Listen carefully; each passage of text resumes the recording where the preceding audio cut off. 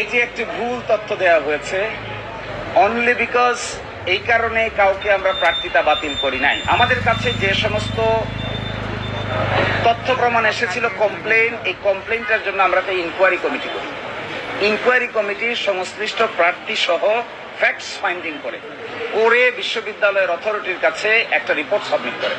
সেই রিপোর্ট সাবমিটে যার বিরুদ্ধে অভিযোগ প্রমাণিত হয়েছে এরকম একজনের ব্যাপারে আমরা সিদ্ধান্ত নিয়েছি।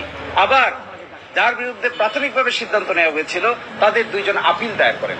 এই আপিলে গিয়া একজনকে আমরা সঠিক তথ্য উপস্থাপন করা হয়নি মর্মে আমরা তার প্রার্থিতাও এলাও করেছি, ভোটার লিস্টও এলাও করেছি। ফলে ঢাকা বিশ্ববিদ্যালয় is acting in a transparent, accountable, acceptable mechanism. Acceptable, transparent mechanism, meaning thereby the acceptable to the people at large, to the law and to the conscience.